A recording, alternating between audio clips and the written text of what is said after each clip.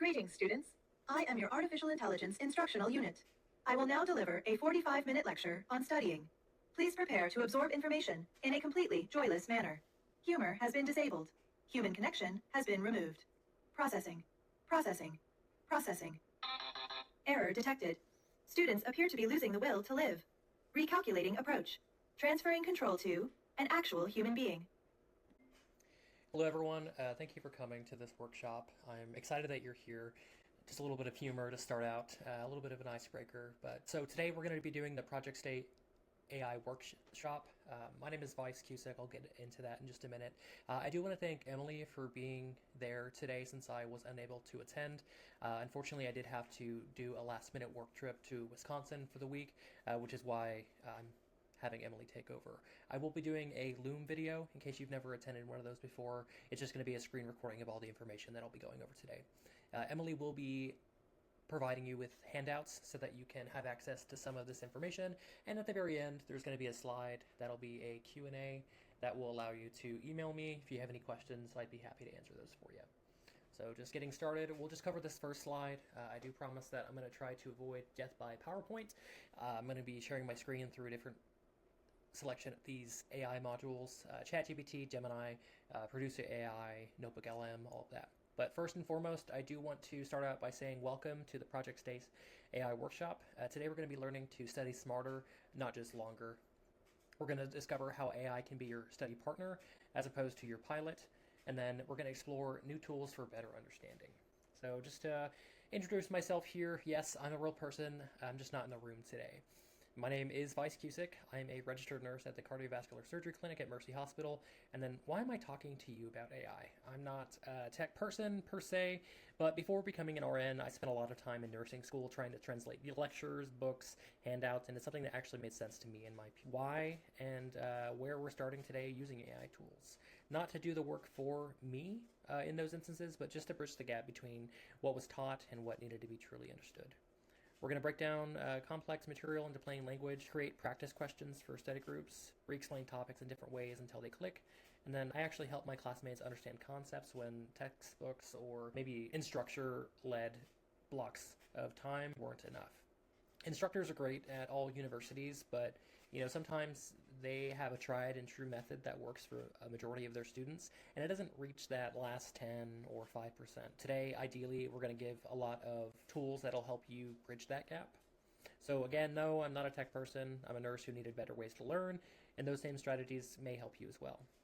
Why this matters to me? In healthcare, not understanding something is not an option. It can be this difference between life and death. Ideally, during your studies, it won't always come down to that, whether or not it's understanding a mathematical formula or understanding the plot behind or the themes behind a book or an essay that you're analyzing. That mindset exactly how students should be using AI, just using it as a tool as opposed to a crutch. What you're getting today, not technically a technology lesson, it's more along the lines of using these apps to the best of your ability. Just practical ways to make learning less frustrating and more effective. Also important to note, this will not be death by PowerPoint, like I said. We're just focusing on tools you can use even as early as this week. So let's go ahead and get started. I just wish we could do in middle school. I wish that I could bake a cake made out of rainbows and smiles and we'd all eat it, be happy. She doesn't even go here. Do you even go to this school? No, I just have a lot of feelings. Okay, go home. All right, just a little icebreaker. Yes, I don't go to Missouri Southern. I'm going to get my bachelor's in nursing starting in the fall of 2026. I'm not one of you yet, but I was a college student. I just got my associates of nursing in December of 2025, so you can trust me on that. So just going to go into the next slide here. Then we're going to do a little bit of bouncing back and forth between both this PowerPoint and actually my screen to show you how I utilize AI. There are a lot of different methods of learning. There's obviously the kinesthetic, the hands-on portion, which you can't fully get a lot with AI. There are the auditory learners who learn things through, hearing, whether that be a song, a podcast, verbal lectures from your instructor in case you have a snow day. They send those out in maybe these style in Blackboard, Loom videos. And then you've got your visual learners, whether that be through videos, infographics, charts, actually reading material on your textbooks, slides, etc. But why does it matter?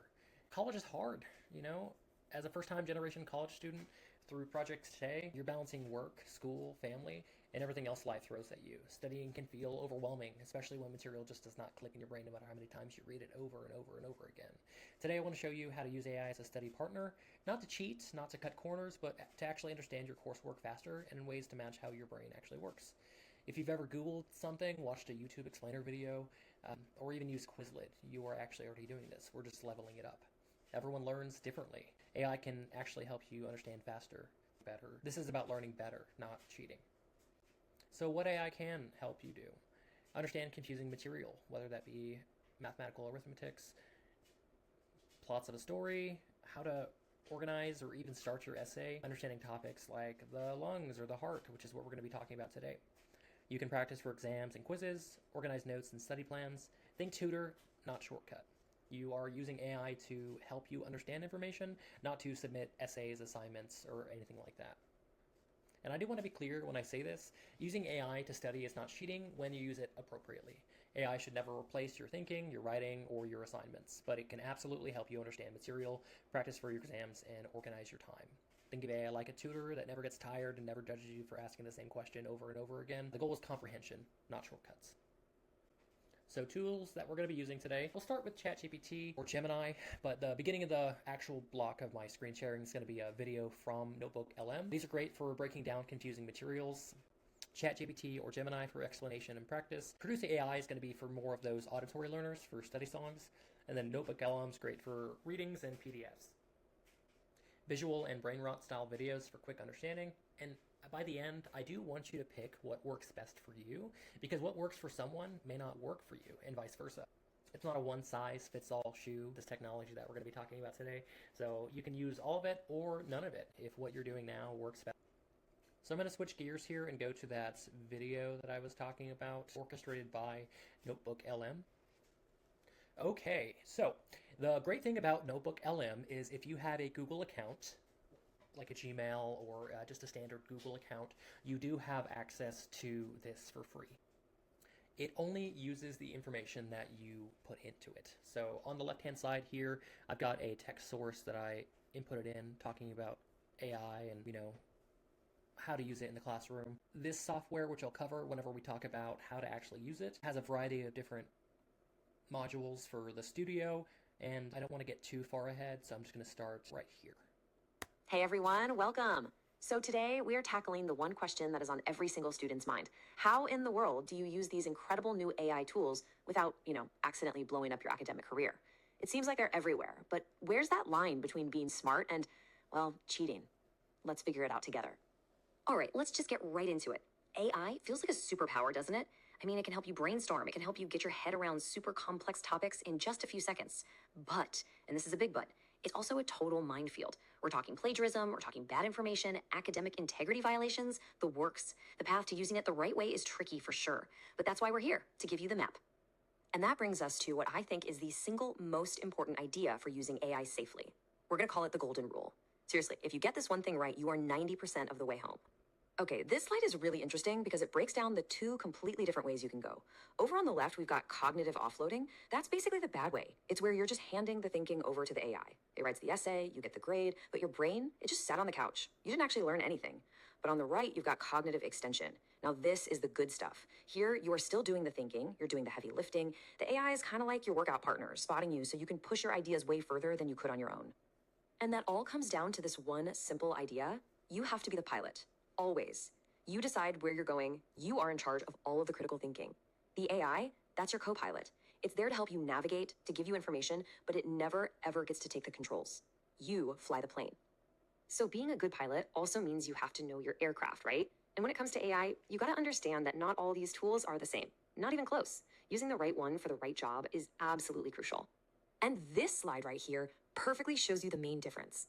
On the left, we've got reasoning engines. Think of your big name chatbots. They are fantastic creative partners, amazing for brainstorming. But when it comes to facts, they can be, let's say, a little unreliable. They're built to be creative, not to be fact checkers, which means sometimes they just make things up. On the right, you have research assistants. These are a whole different beast. They are grounded only in the documents you give them, like your class readings. That makes them way, way safer and more reliable for actual schoolwork.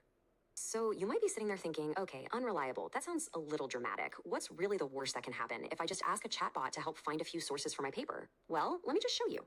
So an AI might spit out a citation that looks exactly like this. And I mean, it looks perfect, doesn't it?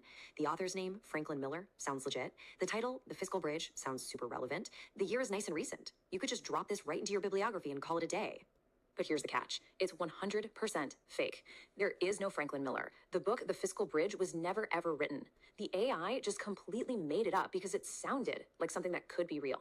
This is, without a doubt, the biggest trap for students, and it's the kind of thing that can get you a big fat zero on your paper in a heartbeat. This crazy phenomenon actually has a name. It's called an AI hallucination. And it happens because these models, at their core, are just designed to predict the next plausible sounding word in a sentence. They are not designed to know what is true. And that is why the absolute #1 rule of academic research is, and always will be, if you have not held the source in your hands or read it with your own two eyes, you do not, under any circumstances, cite it. Okay, so with all these potential dangers, how do you actually use this stuff safely? Well, it's actually pretty straightforward if you just use a simple mental model. So let's break it down with what we'll call the traffic light framework. It's really easy. Just think about your tasks in 3 zones. Green is your go zone. This is totally safe for stuff like brainstorming ideas, creating a study schedule, or asking it to explain a tough concept in a new way. Yellow is the caution zone. You can ask it to critique your argument or suggest improvements, but you are in the driver's seat, checking and verifying everything it says. And then there's red, the stop zone. This is where you get into serious trouble. Copy pasting whole paragraphs, or as we just saw, asking it to generate citations for you. That is a fast track to a really bad grade. All right, so enough about what not to do. How can you actually win with AI? Let's focus on that green zone and look at how to really master a research assistant tool to your advantage. So here are 3 game-changing ways to use AI that are pure cognitive extension. First up, the audio overview. Got a super dense 50-page reading? Upload it and ask the AI to generate an audio summary you can listen to while you're walking to class. Second, the synthesis. Upload 5 different academic papers and ask it, what's the core argument that all of these articles have in common? And third, the exam prep. You can literally just feed it all of your lecture notes and tell it to create a practice quiz for you. See, in every single one of these, you're using the tool to make your own brain work better and understand more deeply. Okay, and now for the secret weapon. Let's say you follow all these rules perfectly. You still need one final layer of protection to make sure your professor sees you as a smart, innovative student and not, well, a cheater. And that secret weapon is transparency. Just being upfront about how you use these tools is your absolute best defense. A simple disclosure note at the end of your paper, just like this one, shows honesty. It shows academic integrity. It completely reframes your AI use as a legitimate part of your research process, not something you were trying to hide. But, and let me be absolutely crystal clear about this, a disclosure note is not a get-out-of-jail-free card. The most important rule is whatever rule your professor sets. The course syllabus is the law of the land, period. If it says no AI, it means no AI. Always, always, always check there first. Whew, okay, we've covered a lot of ground here, from the golden rule all the way to the traffic light framework. So let's just boil this all down into one final, super simple checklist that you can use every single time you sit down to work. Here it is. It's just 5 simple things. Number 1, treat AI as your tutor, never as your ghostwriter. 2, for anything that involves your course readings, use a grounded research assistant. 3, use the big creative chatbots for brainstorming. 4, never, ever, ever trust a citation that an AI gives you. Number 5, if you have any doubt at all, just disclose how you used it. You follow these 5 steps, and you'll be using AI to become a smarter student, not just a sneakier one.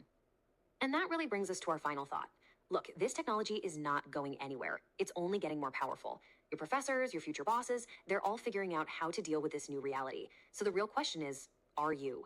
Learning to use these tools the right way, ethically and powerfully, it's not just about getting through a class, it's about getting ready for the future. Okay, so this is Notebook LM. We'll bounce back to this in just a minute. That's where the video came from. There's a video overview where you can click. You can also do an audio overview, which is what we're going to bounce into next for our audio learners. For this one, again, I will come back and talk about it, but you can type in how you want this podcast to sound, short, default, or long, and then there's different options for format, which will work best depending on the topic.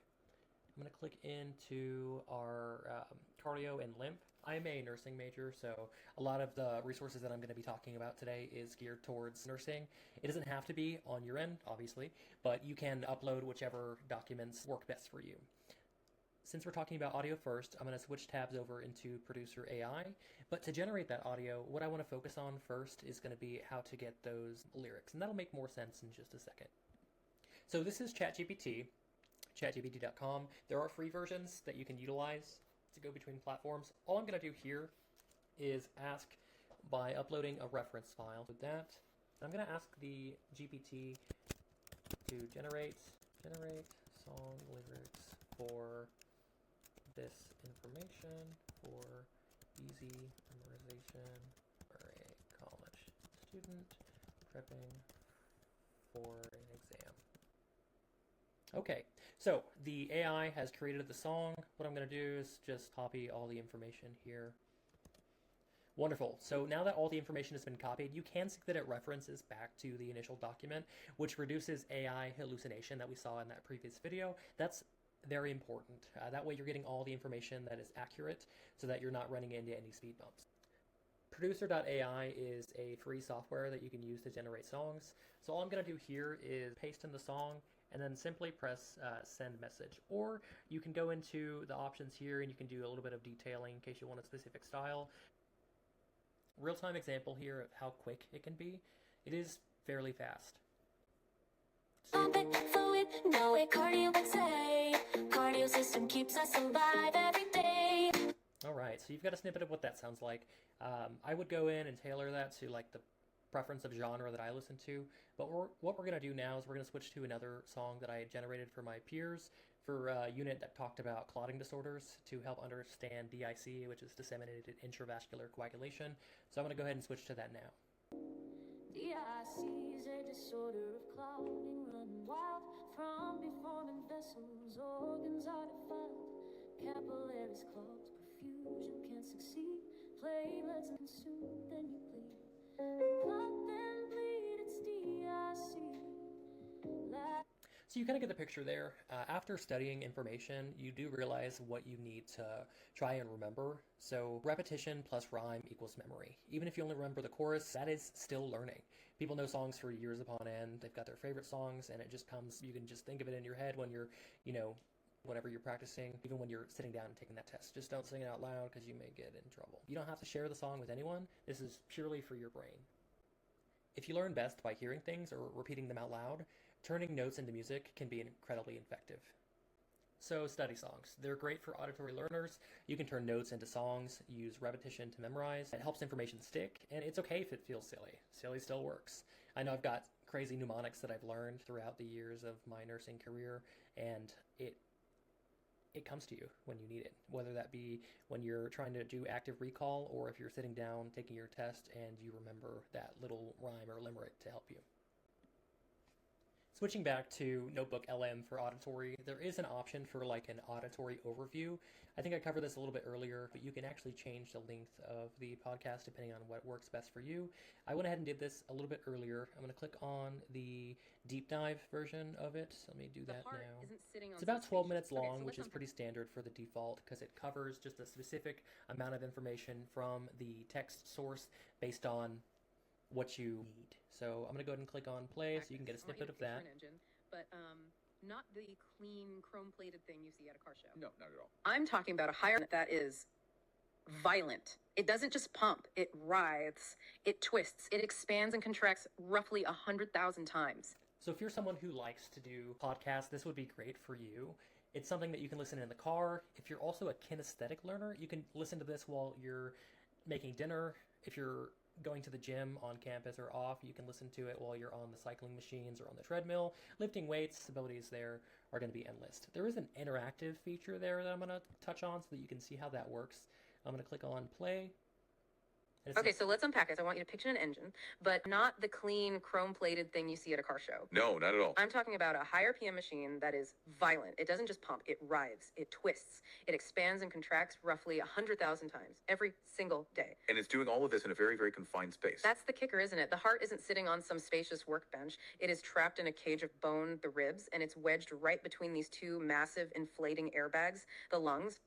So, purely from a physics standpoint, this creates a nightmare scenario. You have a moving object surrounded by stationary or... Okay, so I do want to touch on this join feature that's in Notebook LM underneath the audio podcast feature. So let's say that you've reviewed the material beforehand and you're just touching up on information based on the listening segment here. If you have a question during the listening portion, you can actually chime in. I'm going to do that now. Opposing forces. Absolutely. Our listeners got something to share. Let's hear it.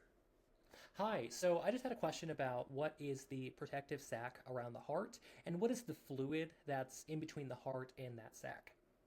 And that's a fantastic question, and it's perfect timing. Yeah, that is exactly where we were going to go next. That protective sac you're asking about is called the pericardium. And according to our source material, it's a double-walled sac. It's what allows the heart to beat without friction. It also gives the heart room to expand, but also keeps it from expanding too much. And that fluid you mentioned is called pericardial fluid. That fluid fills the pericardial cavity. That's the space between the two walls of the pericardium. It's essentially the lubricant for the engine we were just describing. It acts as an isolation layer. That's right, because without it, you'd have friction, abrasion, and displacement. So a very neat feature that's available through the podcast function of Notebook LM. If you're someone who likes to listen and write, you can take notes while you're listening to this, and that could be a double effect for your learning capabilities. Switching over to Gemini, which is yet another AI tool that Google offers that's free for all users as a basic entry mode. You can, if you're a reader, an avid reader, and you want to implement some of your course material into that element, you can upload underneath the storybook feature a PDF. I'm just using the cardiac and lymph one that we had earlier, and I wrote in, create a story in the style of a comic book explaining this topic. So they did so. This is what it looks like just clicking through. It gives you both the visual representation of the story as well as text that's enjoyable based on what you're asking for, so that you can have active recall in a style that works best for you. You can also listen to it if you'd like to, in case you want to get that auditory aspect in as well, with either a higher pitched voice, female, or lower for male. So I'll go ahead and just touch on male. We're going to click on return or go to the beginning. Captain Cardio and the Siege of the Systems. Welcome to the Heart Command Center, shouts Captain Cardio. So it's a great tool, like I said. I will show just a couple of other examples. I did add in, let's try a different style, in Bridgerton style. So they did so there. I'm going to change the voice to female. Let's take a listen to that. The heart of the season, a scandal in the ton. Dearest reader, the time has come once again for the ton, the human body, to begin its most rigorous social season. While many look to the stars for guidance, we must look inward to the grand manner of the chest. So great art that it generates based on Nano Banana Pro.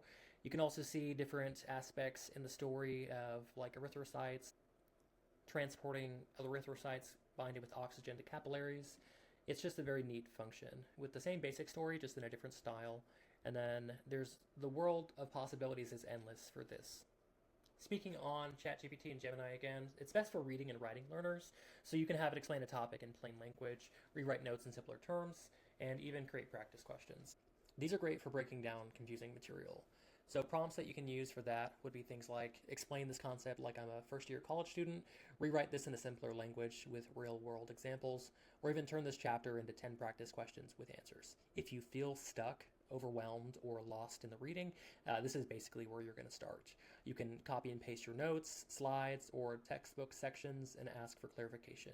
You are still responsible for learning the material, but now you have help, that AI tutor. So we're back in ChatGPT. I did input in, explain this concept like I'm a first-year college student. So let's go ahead and see what it has to say. All right, so it's done all the groundwork with the study guide, essentially, talking about what it is, what it does, what's blood made of, etc. The neat thing about advances with AI is that both ChatGPT and Gemini have the capability to become a research assistant when you input in things like PDFs to reference only that information, that consolidate what you need to study so that you have the information that you need. You can also do things like explain this information like I'm a 5-year-old, just in case you're still not getting what you need out of it. So we've got the explanation for if you were to explain it to your niece or nephew or your child.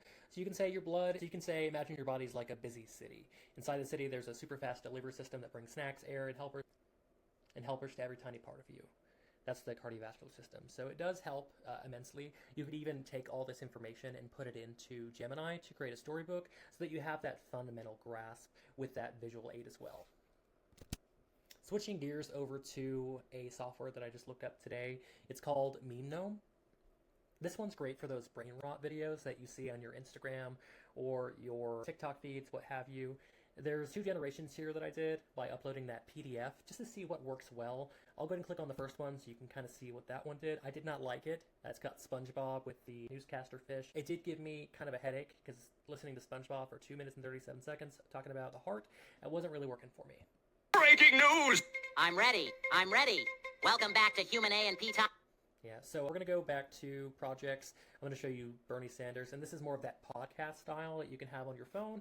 It's engaging. It'll keep your attention in the way that our phones nowadays do. So this is just kind of adapting using technology in a study format that's going to have those high yield results. All right, let's get a clear entry-level grasp of Unit 2, the cardiovascular and lymphatic systems. Because your body is not a mystery for the wealthy elite, it belongs to all of us. First, the cardiovascular system has 3 main parts: the heart, the blood vessels, and the blood. Its jobs are big ones. It transports nutrients and wastes. It helps protect you through immune functions, and it helps regulate fluid balance, pH, and body temperature. And, you know, if you've got a celebrity that you look up to and you think that listening to them talk to you about information can help you, this is just a great way in which you can supplement them in and get those high-yield results. We will switch gears to Notebook LM. It's perfect for long readings and textbooks. It asks you questions about your material. You'll upload PDFs or slides so that the information sourced is specifically from your subject matter for your class, and it focuses on what matters most to you based on what you're asking it. So we're over back at Notebook LM. This tool is powerful because it only uses the materials you provided, like I said. That means it's great for textbooks, lecture slides, PDFs, and articles. I do have something uploaded already, but you can add sources, whether that be like a YouTube video, your Google Drive, pasting text from your notes, uploading files, or you can even search for ones. But it is imperative that you look over those resources to ensure that the information is accurate to what you're studying. Think of it as a personal tutor for your class. You upload your reading or slides, and then you ask questions like, what are the most important ideas for this document? Okay, I'm going to go ahead and submit that question. If long readings feel exhausting or overwhelming, this tool helps you focus on what actually matters. You've got options for, like I said earlier, the audio overview that we looked at, video overviews. You've got mind maps, reports, flashcards, quizzing, infographics in case you need a quick little visual study guide, slide decks, and a data table. So we're going to go ahead and click on the graph here in case you want to see what that looks like. It's good as a review, but it should be something that you look at initially because there's information on here that without having a fundamental grasp, you may not understand what it's showing you. Clicking on the quiz here, you can test yourself to see what you understand. So for this question, I opted for option A. It said that that was correct and gives a brief explanation. On the next one, I clicked on the wrong answer. It said why you got it wrong for the option selected. And then for the correct answer, it gives you a breakdown as to why that is actually the correct information. There is an explain function that you can click on, which will give you a brief or long, depending on what you're asking for, description so that you can see why you got something wrong so that you can bridge that. The cool thing is, now that that's generated, what are the most important ideas for this document? It has all the information outlined below here as like a study guide, and it does reference back in each section as to, you know, where it pulled the information to avoid that AI hallucination. If you're an analytical learner, there is an option for a mind map that you'll see here. I'm going to expand the screen here. So it talks about on here in different sections like the overall topic, subtopics. Let's click on blood pressure regulation to see what that has to say. You've got baroreceptors, negative feedback, and kidney fluid regulation. If you're unsure about what negative feedback is, after you studied, you can click on that and it'll give you a detailed explanation. So I won't make you read through all this information, but it does talk in depth about it so that you can further understand it. And it gives you prompts in case you're still having any issues so that you can dive deeper. So for our visual learners, if you learn best by seeing things, visuals matter. Short, fast, visual explanations are not lazy. They reduce the overall load on your brain and help your brain process information faster. Like I showed you earlier, you can use brain style videos for asking AI for help. Use visuals to introduce a topic or reinforce it after reading. This is especially helpful if you have ADHD or struggle to stay engaged with those denser materials. And it helps, in the end, make you feel less overwhelmed. A quick word about ethics. So do not submit, and I cannot stress this enough, do not submit AI-generated work as your own. That crosses a line, both educationally, ethically, and professionally. You do use AI to explain concepts, quiz yourself, organize notes, and practice. Always rewrite in your own words. If you are unsure, either ask your instructor or an advisor. AI is a calculator for your brain, not a replacement for thinking. And if you're unsure about it, ask your instructor, check your university's facility policy on AI use. Here's your challenge for the week. Pick one tool, just one. Try a study song for a chapter, a notebook LM summary for a reading, a practice quiz for ChatGPT, or a visual explanation for a confusing topic. You don't need to use everything. Studying smarter is not about doing more. It's about doing what actually helps you learn. One final thought. You are not bad at school. You just need better tools. Hopefully these can help you achieve your educational goals. If anyone has any questions, feel free to email me. My email's going to be here as well as on the forums. I'd be happy to help you troubleshoot any roadblocks or speed bumps that you have along the way. These prompts that we have on the handouts, I'll show you that here, using AI to study smarter, gives you a starting framework on what you can input to get those high yield results instead of AI hallucination or just information that's not really what you're needing. I want to thank you for your